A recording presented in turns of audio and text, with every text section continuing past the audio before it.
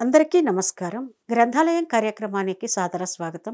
మనిషి దైవత్వంతోనే పుట్టాడు, కాని ఆ విషయాన్ని మరిచిపోయాడు. కారణం నిరంతరం మనసులో కదిలే ఆలోచనలు. దైవత్వపు స్థితికి చేరుకోవడం ఎలా?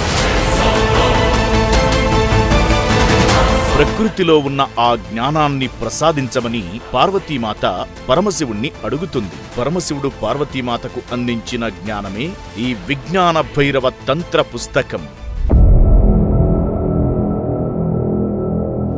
ఓషో ప్రవచనాల ద్వారా ఆంగ్లంలో రూపొందింపబడిన బుక్ ఆఫ్ సీక్రెట్స్ అనే ఈ పుస్తకం యొక్క తెలుగు అనువాదమే విజ్ఞాన భైరవ తంత్రగా మనకు అందివ్వబడినది. ఓషో మరణం, ప్రేమ, ధ్యానం మూడింటిని ఒకదానికొకటి జోడిస్తాడు. ఈ మూడింటిని ఒకదానికి మరొకదాన్ని జోడించడం వింతగా అనిపించవచ్చు. మరణం, ప్రేమ, ధ్యానం వర్తమానంలోనే జరుగుతాయి. కనుక ఒకవేళ మీరు మరణం అంటే భయపడితే ప్రేమించలేరు. ఒకవేళ మీరు ధ్యానమంటే భయపడితే మీ జీవితం నిష్ప్రయోజనం అవుతుంది. అంటే మీ జీవితంలో బ్రహ్మానందపు స్థితిని, దైవత్వపు స్థితిని అనుభూతి పొందలేరు అన్నమాట. కాబట్టి ఇవి మూడు ఒకే విధమైన అనుభవాలు. కనుక ఒకవేళ మీరు ఒకదానిలోనికి ప్రవేశించగలిగితే మీరు మిగిలిన ఆ రెండింటిలోకి ప్రవేశించగలరు. మీ నిజస్థితిని మీరు పొందటానికి, బ్రహ్మానందం పారవస్యపు స్థితిని పొందడానికి ఈ విజ్ఞాన భైరవ తంత్ర పుస్తకంలోని విషయాలు మీకు ఎంతగానో ఉపయోగపడతాయి. మానవాళి తమను తాము దైవంలా మార్చుకోవడానికి ఓషో ద్వారా అందివ్వబడిన అద్భుతమైన గ్రంథరాజమే ఈ విజ్ఞాన భైరవ తంత్ర. నా పేరు మిర్యాల నాగరమాదేవి. నేను గన్నవరంలో నివసిస్తూ ఉన్నాను.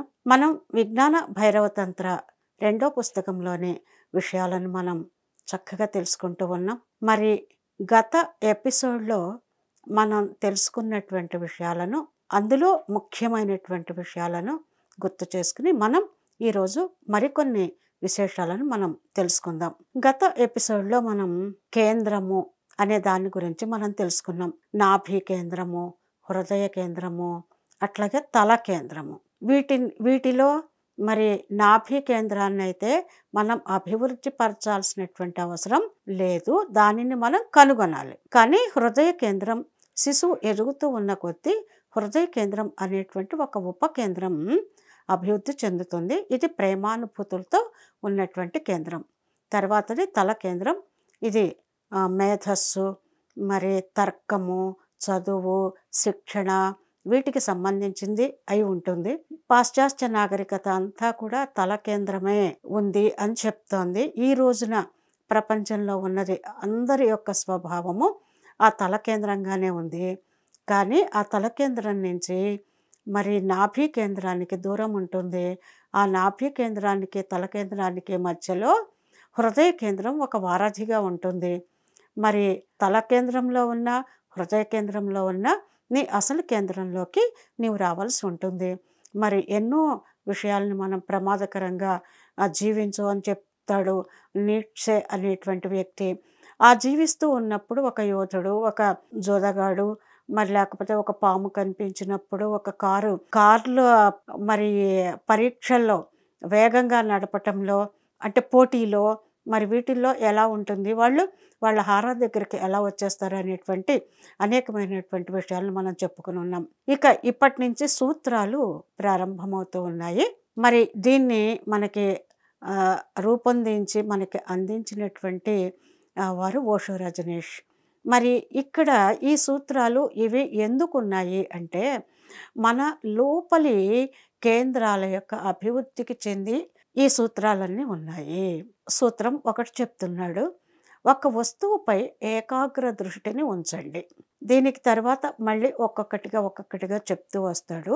ఒక వస్తువుపై ఏకాగ్ర దృష్టిని ఉంచండి అని చెప్తూ ఉన్నప్పుడు దీనికి సంబంధించిన కొన్ని విషయాలను మనకు అందిస్తున్నాడు అన్నమాట. కాబట్టి మానవుడు తనను తాను అభివృద్ధి చెందించుకోవటానికి, ఆత్మపరంగా తాను అభివృద్ధి చెందించుకోవటానికి ఉపయోగపడే సూత్రాలే ఈ సూత్రాలు అన్నీ కూడా. లోపలి కేంద్రాల అభివృద్ధికి మాత్రమే ఈ సూత్రాలన్నీ చెందుతాయి. బాహ్యమైన జీవితాన్ని గురించి కాదు. ఇక్కడ ఏం చెప్తాడంటే, మీరు ఒక కేంద్రాన్ని సృష్టించుకోవాలి. ఇక్కడ సృష్టించుకోవాలని చెప్తున్నాడు. అంటే ఒక వస్తువు మీద ఏకాగ్ర దృష్టిని ఉంచాలి కాబట్టి నీవు సృష్టించుకోవాలి. అది ఎక్కడ సృష్టించుకుంటావు? నీ లోపల మనస్సులో సృష్టించుకుంటావా, లేకపోతే నీ హృదయంలో సృష్టించుకుంటావా, లేకపోతే నీ శరీర భాగాల్లో ఎక్కడ నీకు చాలా తేలికగా అనువుగా ఉంటుంది అని అనుకుంటావో అక్కడ సృష్టించుకోవచ్చు. లేకపోతే గనక ఒక గోడ మీదైనా సృష్టించుకోవచ్చు. ఆ గోడ మీద సృష్టించుకోవటం అనేది ఒక బయటికి సంబంధించింది అవుతుంది.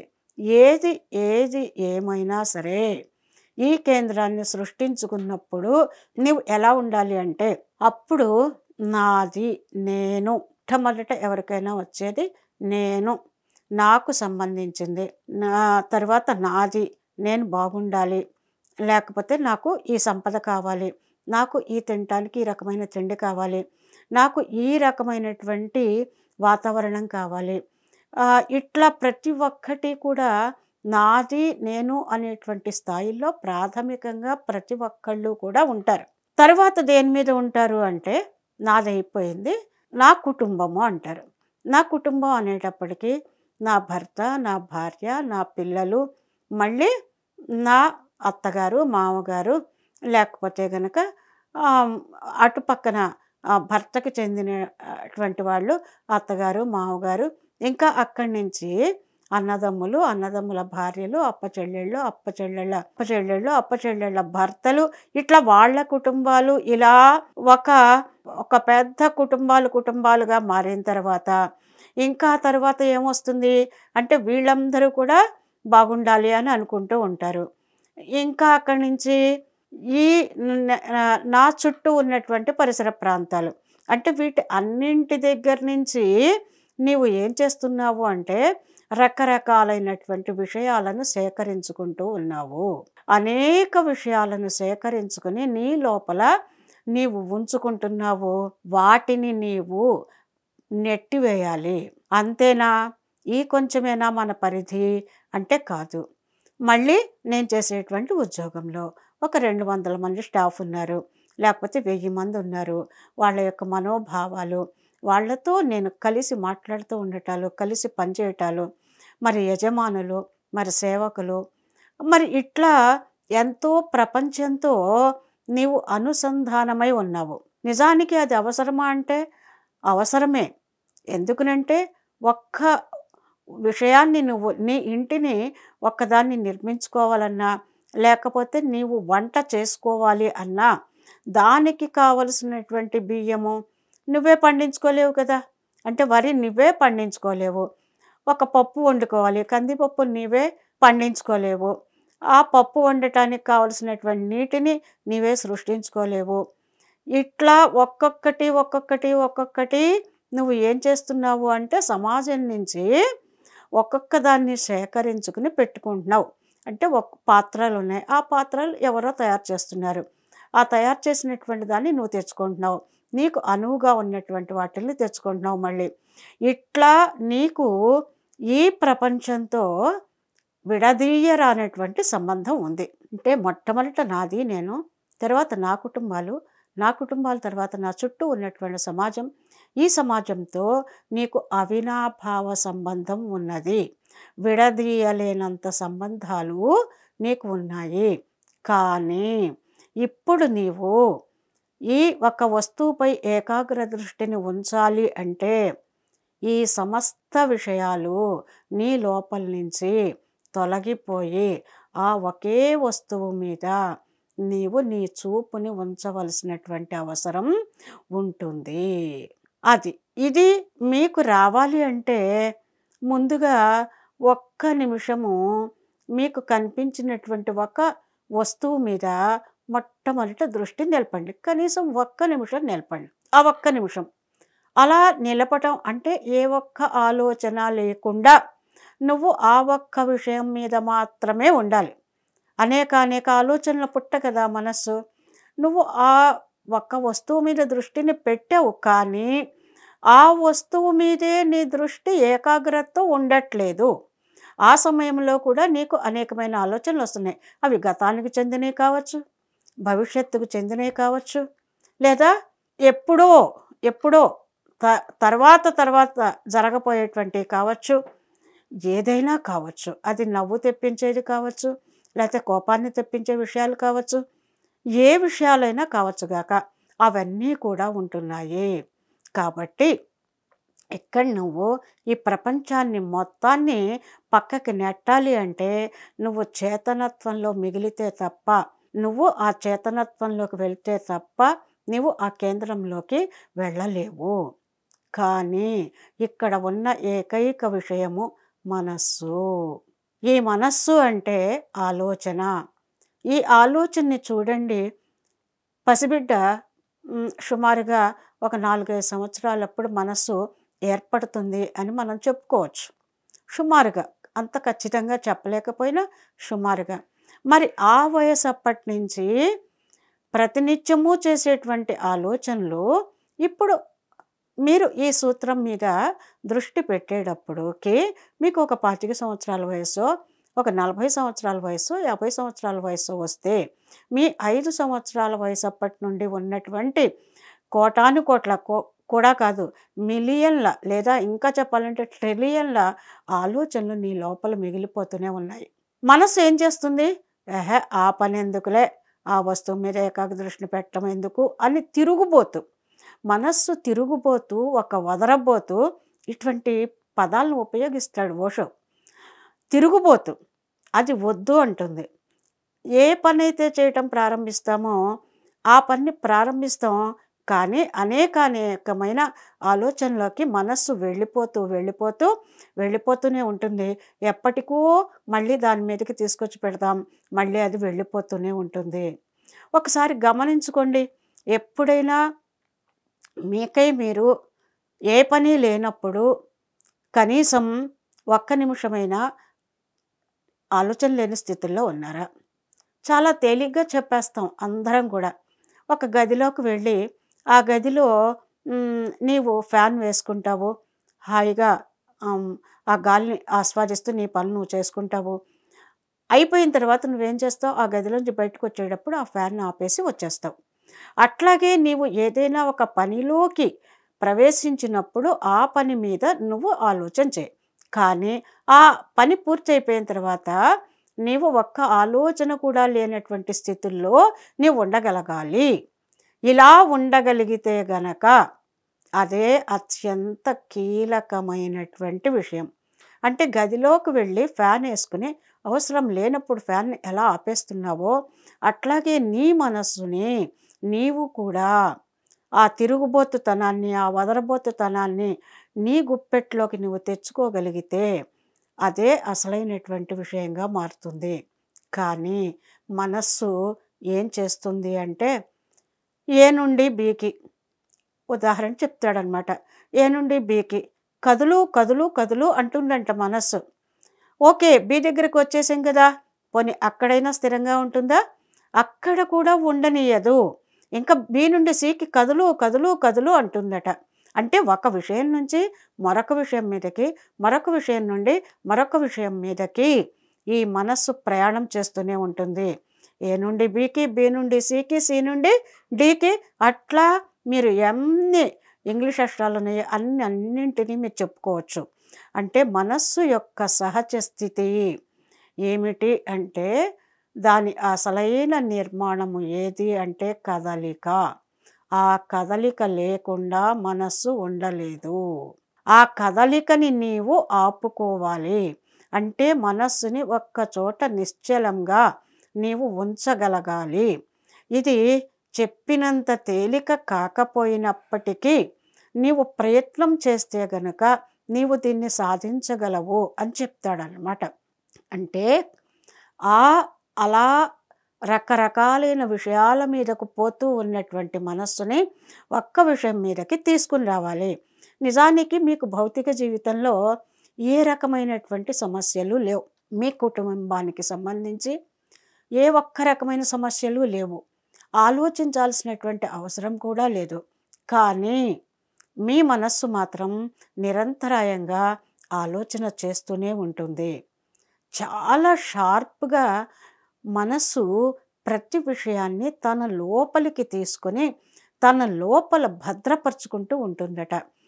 అతి చిన్న విషయం, రోడ్డు మీద వెడుతూ ఉంటే ఎక్కడో ఒక చిన్న మ్యూజిక్ ఎక్కడో వినిపించింది, లేదా ఎక్కడో ఏదో ఒక అసహ్యకరమైనటువంటి దృశ్యం మీరు ఎంతసేపు చూశారు అంటే దాన్ని ఫ్రాక్షన్ ఆఫ్ సెకండ్స్ మాత్రమే ఆ దృశ్యాన్ని చూశారు. కానీ మీకు కూడా తెలియకుండానే ఆ మనస్సు దాన్ని మీ లోపల రికార్డ్ చేసేస్తుంది. మీరు ఏకాగ్ర దృష్టితో ఉంచాలి అని అనుకుంటారు, కానీ ఆ లోపల నిక్షిప్తీకరింపబడి ఉన్నటువంటి ఆలోచనలు ఏవైతే ఉన్నాయో అవి వచ్చేస్తూనే ఉంటాయి. అదే మనస్సు యొక్క సహజ స్వభావమే కదలిక.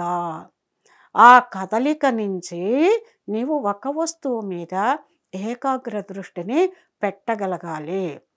ఒకవేళ ఈ మనస్సుని వద్దు, నువ్వు ఒకచోటే ఉండు అని గనక మీరు చెప్పారనుకోండి, అప్పుడు ఆ మనస్సు ఆగితే గనక మనస్సు చచ్చిపోతుందట. అంటే ఏమీ లేకుండా, ఒక్క క్షణం ఒక్క ఆలోచన కూడా లేకుండా, ఒక నిమిషం ఒక్క ఆలోచన కూడా లేకుండా, ఒక పావు గంట ఒక్క ఆలోచన కూడా లేకుండా నువ్వు కూర్చోగలిగితే అప్పుడు ఏమవుతుంది? మనస్సు చచ్చిపోతుంది. కానీ మనస్సు దానంతట అదిగా చచ్చిపోవటానికి ఎప్పుడూ సిద్ధంగా ఉండదట. అందుకని ఎప్పుడూ కదలిక, ఇట్నుంచి అటుకి అట్నుంచి ఇటుకి. ఒక కోతి ఈ కొమ్మ మీద నుంచి ఆ కొమ్మ మీదకి, ఆ కొమ్మ మీద నుంచి ఈ కొమ్మ మీదకి ఎట్లాగైతే గెంతుతూ తుళ్ళుతూ దుముకుతూ ఆడుతూ ఉంటుందో, అట్లాగే అప్రాధాన్యమైనటువంటి విషయాలతో కూడా మీ మనస్సు ఆడుకుంటూనే ఉంటుంది. ఒక విషయం చెప్తాడు, కావాలంటే నీ మనస్సు మీద నీవు నిఘా పెట్టు. శ్వాస మీద నిఘా పెట్టడం నీకు అలవాటైంది కదా ధ్యానం ద్వారా. ఇప్పుడు నీ మనస్సు మీద నీవు నిఘా పెట్టు. ఆ మనస్సు మీద నిఘా పెట్టినప్పుడు నీకు అర్థమవుతుంది, అరే అసలు ఏ ఆలోచన నేను చేయాల్సిన అవసరమే లేదే, కానీ ఏ ఆలోచన నా లోపల ఎలా పుట్టింది, నాకే తెలియకుండా ఈ ఆలోచన వచ్చింది అని మీరు అనుకుంటారు. అతి చిన్న సాధారణమైన విషయాల దగ్గర నుంచి అతి కఠినమైనటువంటి విషయాల దాకా మనకి వార్తాపత్రికలు ఉన్నాయి కదా, ఆ వార్తాపత్రికల్లో ఉన్నటువంటి చెత్త లేదా మంచి ఏవైనా కావచ్చు, ఆ రెండింటిని నీలోకి నీవు డంప్ చేసుకుంటున్నావు, దాంతో నింపేసుకుంటున్నావు. మరి సమాజంలో ఉన్నటువంటి అన్ని విషయాలని నీ లోపలికి నీవు నింపేసుకుంటూ ఉన్నావు. మరి నింపేసుకుంటూ ఉన్నప్పుడు అవన్నీ కూడా ఒక్కొక్కటిగా వస్తూనే ఉంటుంది. కాబట్టి ఏం చెప్తున్నాడంటే, మనస్సు ఒక పదార్థం కాదు. మనస్సు అనేది మది అనేది అది కేవలము ఒక జరిగే ప్రక్రియ. అది ఒక పదార్థం కాదు, జరిగే ప్రక్రియ, నిరంతరాయంగా జరుగుతూ ఉన్నటువంటి ప్రక్రియ. ఆగనే ఆగదు. ఎప్పుడు ఆగుతుంది అంటే నీవు రాత్రి గాఢ నిద్ర సమయంలో ఉన్నప్పుడు మాత్రమే మనస్సు ఆగుతుంది. ఆ గాఢ నిద్ర సమయం 24 గంటల్లో అతి తక్కువ సమయం ఉంటుంది. ఆ సమయం మాత్రమే మనస్సు ఆగుతోంది. ఇంకా ఆ తర్వాత మనస్సు అనేది నిరంతరాయంగా పని చేస్తూనే ఉంటుంది, ఆలోచన చేస్తూనే ఉంటుంది, ఆలోచన చేస్తూనే ఉంటుంది, ఆలోచన చేస్తూనే ఉంటుంది. ఇప్పుడు ఏం చెప్తాడంటే, చైతన్యము, మనస్సు ఈ రెండూ చెప్తూ మీకు ఒక ఉదాహరణ ఇస్తాడనమాట. చైతన్యం ఒక కాళ్ళ లాంటిది. అంటే కాళ్ళు ఉన్నాయి నాకు, ఓకే, కానీ నేను కాళ్ళు ఉన్నాయి కానీ నేను నడవట్ల, అలా ఉన్నాను. ఈ మనస్సు కాళ్ళ లాంటిది. అంటే చైతన్యమేమో నీ కాళ్ళ లాంటిది, మనస్సేమో నడక లాంటిది. మనస్సు నడక లాంటిది. చైతన్యం ఉంది, కాళ్ళు ఉన్నాయి కానీ నడవట్ల, మనస్సు నడక లాంటిది. ఇప్పుడు ఇదేం చేస్తుంది? మనస్సు నిరంతరం నడుస్తూనే ఉంటుంది. ఇది ఒక గొప్ప పోలికను మనకి చెప్తాడనమాట. చైతన్యం కాళ్ళ వంటిది, మనస్సు నడక లాంటిది. అంటే మీకు ఈ పుస్తకం పూర్తయ్యే లోపల మిమ్మల్ని ఉతికి ఆరేస్తాడు. అంటే మనస్సు అనేది నువ్వు ఎలా దాన్ని దాటాలి, మనస్సుని నువ్వు ఎలా మచ్చిక చేసుకోవాలి, మనస్సు లేనటువంటి స్థితికి నువ్వు ఎలా చేరుకోవాలి అనేటువంటి విషయాలను అనేకమైనటువంటి ఉదాహరణలతో మనకిస్తూనే ఉంటాడు. ఇదే మనస్సుని జయించడమే అసలైనటువంటి కీలకమైనటువంటి విషయం. ఎవరికైనా కావచ్చు. అదే ఎక్కువైతే కనుక మనకేమవుతుంది?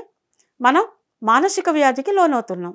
అప్పుడు మనం ఆ మనోవ్యాధితో సైకియాట్రిస్ట్ దగ్గరికి వెళ్ళవలసి వస్తుంది కదా. కాబట్టి ఈ చైతన్యమేమో కాళ్ళ లాంటిది, అది అలాగే ఉంటుంది కదలకుండా, మన లోపల ఉన్నటువంటి చైతన్యం. కానీ మనస్సు మాత్రం నిరంతరంగా నడక లాంటిది, అది కదులుతూనే ఉంటుంది. కాబట్టి కేవలం ఒక క్రియ, చైతన్యం ఒక చోటు నుంచి మరో చోటికి కదిలేటప్పుడు ఎలా ఉంటుందంటే ఆ క్రియా విధానమే ఒక మనస్సు అయి ఉంటుంది. చైతన్యం అక్కడే ఉంటుంది, కానీ చైతన్యం ఒక చోటు నుంచి మరో చోటికి ప్రయాణం చేస్తూ ఉన్నప్పుడు అది ఒక క్రియా విధానంగా మారుతుంది. కాబట్టి నడవటం అనేది ఒక క్రియ, చేష్ట అనేది ఒక విధము, మనస్సు కూడా అటువంటిదే. ఇంకా ఏం చెప్తాడంటే, మీరు గనక ఒక చోట ఆగిపోతే మనస్సు గింజుకుంటుందంట. గింజుకుని అరే ఎందుకు ఆగిపోయావు, ముందుకైనా వెళ్ళు, తర్వాత వెనక్కైనా రా అని గింజుకుంటూ పోతూనే ఉండు అంటుందట. అందుకే మీరు ఏ పని చేస్తూ ఉన్నా, మీరు గదులు ఊడుస్తూ ఉన్నా, లేదా ఒక షాపింగ్ మాల్లో ఉన్నా, ఒక వంట చేస్తూ ఉన్నా, ఒక భోజనం చేస్తూ ఉన్నా, ఒక స్నానం చేస్తూ ఉన్నా, ఏం చేస్తూ ఉన్నా సరే మీకు మనస్సు లోపల ఆలోచనలు ఉంటున్నాయా లేవా? ఆలోచనలు ఉంటూనే ఉంటున్నాయి. వాటిని నీ అధీనంలోకి తెచ్చుకోవాలి. వాటిని అంటే ఆ మనస్సుని ఆగు అంటే ఆగాలి, నువ్వు ఆలోచించు అంటే ఆలోచించాలి. అంటే ఒక పని చేయటం ప్రారంభించినప్పుడు ఆ పని మీద, ఆ పని నిమిత్తమే, ఆ పనికి సంబంధించిన విషయాలను మాత్రమే నీవు ఆలోచించగలగాలి. కానీ మనం పనిని ప్రారంభిస్తాం, కానీ ప్రారంభించిన వెంటనే ఒక్క విషయం మాత్రమే దాన్ని ఆలోచిస్తాం. కానీ మనస్సు ఎక్కడికో పారిపోతుంది, మళ్ళీ ఎప్పటికో తీసుకొచ్చి దాన్ని మనం పెడుతూ వస్తున్నాము. కాబట్టి మనస్సు గింజుకుంటూ ఉంటుంది. ఎక్కడైనా ఆగిపోతే ముందుకు పద, అది ఒక్కచోట ఆగలేదు. కాబట్టి దానికి చలనమే అవసరం. కాబట్టి ఇక్కడ ఏం చెప్తున్నాడంటే, మీరు మనస్సుకు విధేయులు. గొప్ప పదాలను ఉపయోగిస్తాడు. మీరు మనస్సుకు విధేయులు. మనస్సు ఎలా చెప్తే మీరు అలాగే చేస్తారు. రోడ్డు మీద వెడుతున్నారు, ఒక జామకాయ కనిపించింది, కొనుక్కో అని అంటే మనస్సు అంటే వెంటనే కొనేస్తారు. దాని మీద ఇష్టం లేదనుకోండి, ఆ మనసు వద్దు అంటే గనక మీరు ముందుకు కదులుతూ వస్తారు. ఇట్లా చిన్న విషయం దగ్గర నుంచి మీరు అతి పెద్ద విషయం వరకు తీసుకున్నప్పుడు ఎలా ఉంటుంది అంటే, మనస్సుకి మీరు విధేయతగానే ఉన్నారు. మనస్సుని మీరు ఎప్పుడూ ఆజ్ఞాపించలేకపోతూ ఉన్నారు. ఇదే మానవ జీవితంలో ఉన్నటువంటి అత్యంత కీలకమైన విషయం. ఏ పశుపక్షాదులకి, జంతువులకి, ఏ క్రిమి కీటకాదులకి ఇటువంటి స్థితి లేదు. ఒక్క మానవ జన్మకి మాత్రమే ఇటువంటి స్థితి ఉంది. ఆజ్ఞాపించలేరు మనస్సుని. మనస్సు మీ మీద యజమానిగా ఉంది.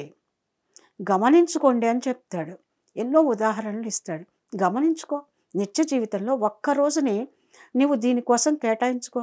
ఆ ఒక్క రోజులో నీ మనస్సులో ఎన్ని ఆలోచనలు వచ్చాయో వాటిని అన్నింటినీ కూడా నీవు గమనించుకుంటూ ఉండు. ఎన్ని ఆలోచనలు వచ్చాయో వాటిని నువ్వు తెలుసుకుంటూ ఉండు. అంటే మనస్సు ఏం చేస్తుంది? ప్రతి క్షణము నిరంతరము ఆలోచనని చేస్తూనే ఉంటుంది. కానీ నిజం చెప్పాలి అంటే మనస్సు ఒక బానిస. జన్మాంతరాలుగా ఆ బానిస మన మీద ఒక యజమానిలాగా ఉండి, అదే యజమానై అది ఏది చెప్తే మనం దాన్నే ఆచరిస్తూ వస్తూ ఉన్నాం. కాబట్టి యజమానిగా లేడు, యజమానేమో బానిసగా ఉన్నాడు, ఒక బానిసేమో యజమానిగా ఉంది. అంటే నీవు ఎన్ని జన్మలు గడిచాయో, 100 జన్మలు అయ్యాయో, నీకు 200 జన్మలు అయ్యాయో, 300, 400, 500 జన్మలు అయ్యాయో, ఈ అన్ని జన్మల్లో కూడా మనస్సు ఒక బానిస అయినప్పటికీ అదే యజమానిగా నీ మీద పెత్తనాన్ని చెలాయిస్తూ ఉంది.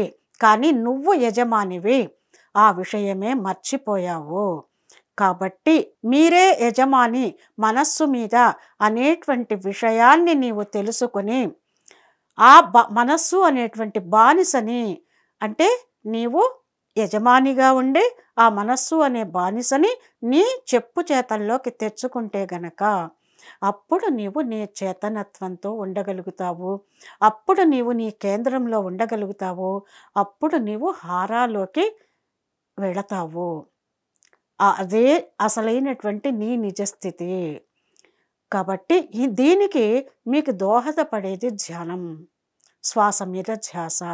శ్వాస మీద ధ్యాస ఎప్పుడైతే మీరు పెడుతూ వస్తారో అది క్రమక్రమంగా ప్రతి పని చేస్తూ ఉన్నప్పుడు కూడా, ఏ పని చేస్తూ ఉన్నప్పుడు కూడా మీరు ప్రతి శ్వాస మీద మీరు మీ ధ్యాసను ఉంచుతూ మీ దృష్టిని పెడుతూ మిగిలిన అన్ని పనుల్ని చేసుకుంటూ ఉండాలి.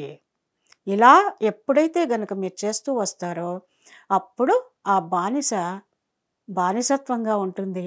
మీరు యజమానులు అవుతారు. మీ మనస్సు మీద మీరు యాజమాన్యాన్ని మీరు తెచ్చుకోవాలి. అందుకోసమే ఈ 112 ధ్యాన పద్ధతులు. కాబట్టి ఒక వస్తువుపై ఏకాగ్ర దృష్టిని ఉంచండి. ఆ ఏకాగ్ర దృష్టిని ఉంచేటప్పుడు ఇన్ని అడ్డంకులు వస్తాయి అని మనకు తెలియజేశారు. మరి ఈరోజు ఈ ఎపిసోడ్ని ఇంతటితో ముగించుకుందాం. ధన్యవాదాలు.